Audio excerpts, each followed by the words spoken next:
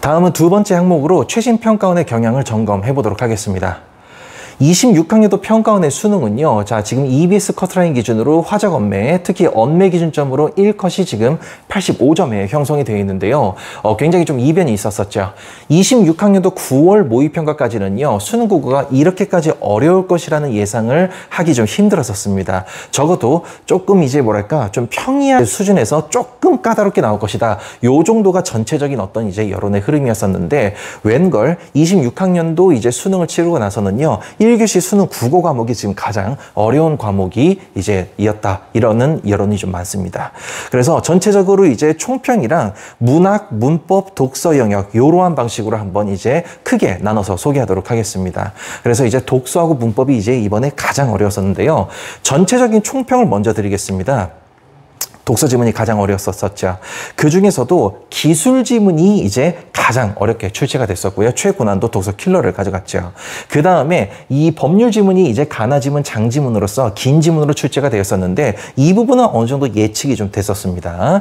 그런 다음에 우리 학생들이 가장 이제 지금 단계에서는 잘 눈에 보이지 않는 부분이겠지만요. 이 부분을 잘 봐주십시오. 기술 지문에서는 보기 문항이 어렵게 출제된 건 맞는데요. 일반적인 법률하고 인문 지문에서는요.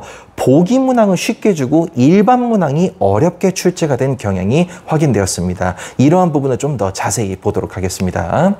그 다음에 문학에서는요. 9월 모의평가 때하고 조금 다른 경향입니다. 제가 대조화살표를 넣어드렸죠.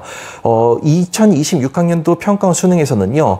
문학에서의 오답률이 오답률 12위서부터 문학이 시작됩니다. 그 전까지는 위에 있는 독서하고 문법이 오답률 상위권을 다 싹쓸이한 것으로 이제 관찰이 됩니다. 오답률 11위까지가 독서하고 문법이었었고요.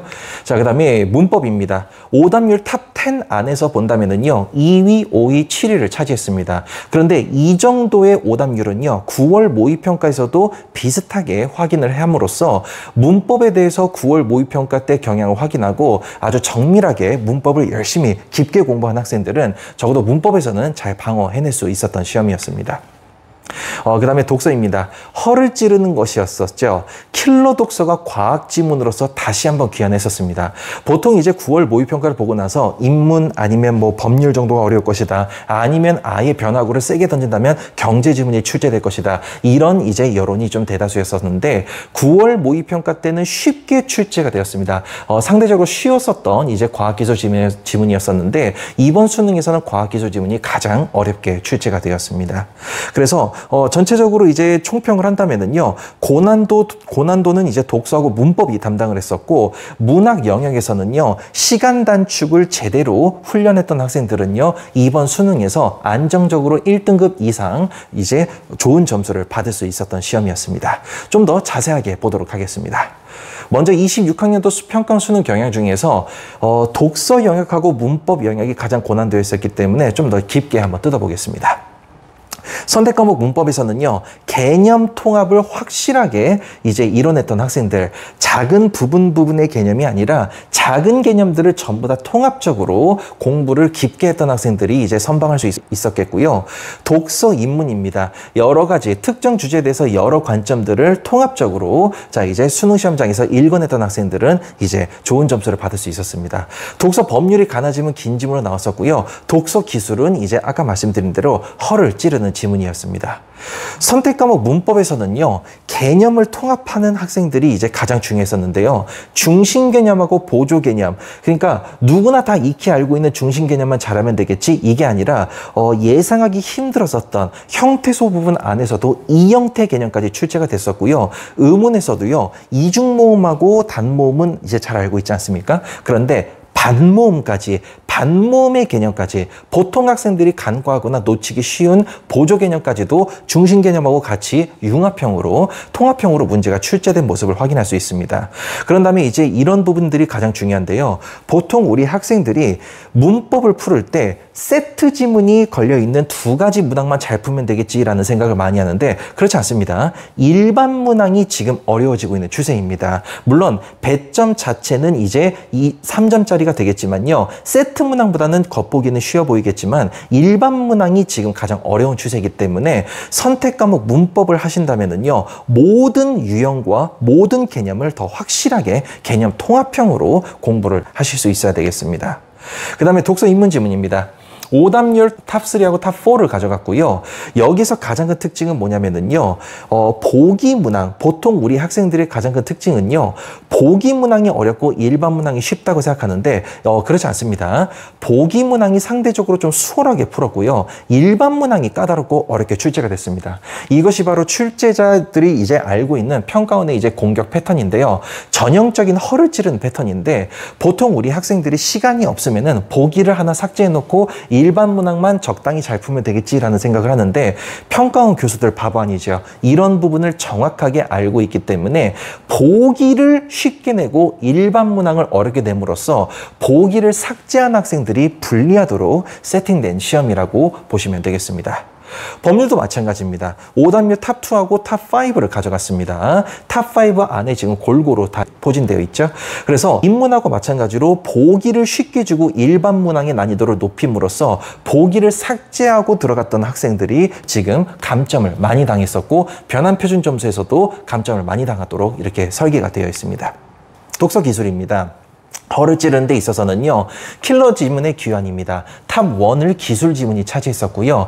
여기서는 기존의 법률하고 인문하고는 다르게 보기 문항을 어렵게 냈고요. 일반 문항을 상대적으로 쉽게 출제한 모습을 볼 수 있었습니다. 그래서 어떤 게 어려울까를 생각했었을 때 우리 학생들이 인문이 어려울까, 법률이 어려울까, 기술이 어려울까 이런 것들을 많이 생각을 하겠죠. 근데 그것도 이제 물론 맞지만요.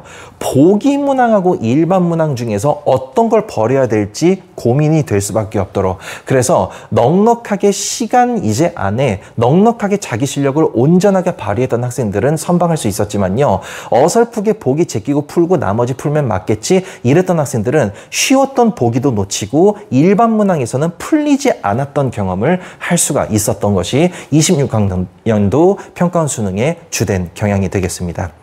정리하자면은요, 이 부분이 가장 중요합니다.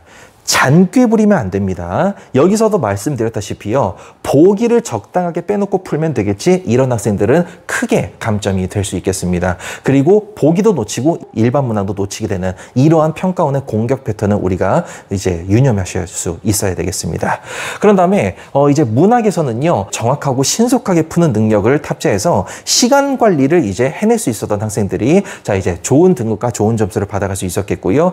그런 다음에 문법하고 독서도 마찬가지죠. 독서는 이제 본문하고 문항을 이제 통합형으로 공부하는 학생들 이런 건 당연한 것이겠고 선택 과목 문법에 있어서도요. 개념을 완벽하게 모든 개념을 다 이제 통합형으로 공부하는 학생들이 자 승리할 수 있었던 그러한 시험이 되겠습니다. 바로 실전에 최적화된 능력이 탑재된 학생들이 가장 유리했던 시험이라고 말씀을 드릴 수 있겠습니다. 자, 다음 보도록 하겠습니다. 다섯 번째 항목으로서 1등급 만점으로 가는 우리의 공부 방향성이 되겠습니다. 27학년도로 대비하는 이제 우리 학생들이 잘 봐야 될 부분이겠고요. 독서, 문법, 문학, 그 다음에 전체적인 목표를 세팅해 보도록 하겠습니다. 먼저 상위권반 학생들은요. 이제 목표를요. 6월 모의평가 때부터 1등급을 확보하는 전략을 이제 구사할 수 있어야 되겠죠. 그래서 남는 시간에 수학을 단단하게 최대한 수학 공부를 또 이제 시간 투입을 많이 할 수 있어야 되겠고 어려워지는 탐구도 우리가 준비할 수 있어야 되겠죠.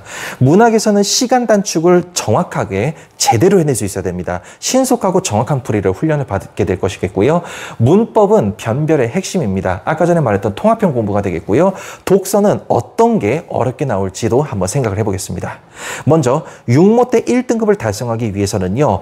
중요한 부분입니다. 선택 과목하고 문학은 무조건 다 맞는다라고 생각을 하셔야 되겠습니다. 제일 먼저 문학에 있어서는 기본기를 닦아야 되겠고 선택 과목 문법에 있어서는요. 감점에 이르지 않도록 작은 개념까지도 넉넉하게 깊게 공부하는 자세가 필요합니다.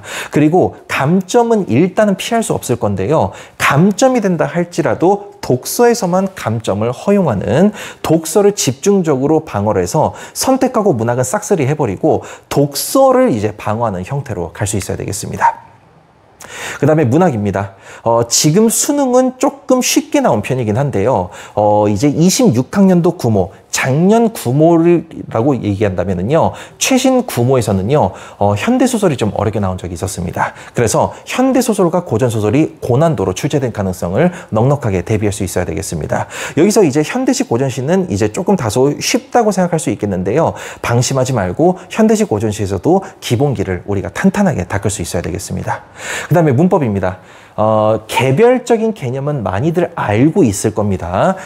만약에 문법에 대해서 정말 기초 개념조차도 꼴보기가 싫고 그 문법조차도 싫다면은요, 벌써 화법작문 선택했겠죠. 화작을 선택했을 텐데, 기본적으로 언매를 선택했다면 아주 기본적인 개념과 어떠한 개념이 있는지 정도는 알긴 알 거예요. 아예 모르진 않을 텐데, 그렇게 파편화되고 부분적으로 흩어진 개념들을 통합을 할 수 있어야 됩니다. 이 통합형 공부가 가장 중요하겠고요.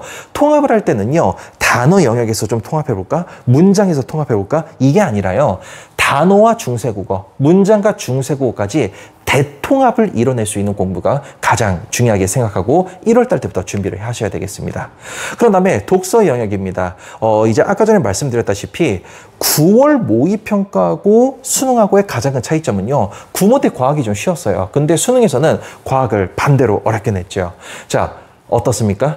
어떻게 또 허를 찌를 수 있을까요? 경제지문, 그동안 조금 소외되었었던 경제지문이 다시 고난도로 출제될 가능성까지도 생각을 해서 독서 인문지문, 법률지문, 기술지문, 과학기술지문, 거기에다가 경제지문까지 넉넉하게 어떤 지문이 출제되어도 넉넉한 대비가 될 수 있도록 깊은 공부를 통합적으로 해낼 수 있어야 되겠습니다. 그래서 고난도 독서 문법을 대비를 하는 자세와 그 다음에 문학에서는 실수를 이제 하는 것을 이제 피하면서 시간 단축을 중심으로 하는 공부를 해낼 수 있어야 되겠습니다.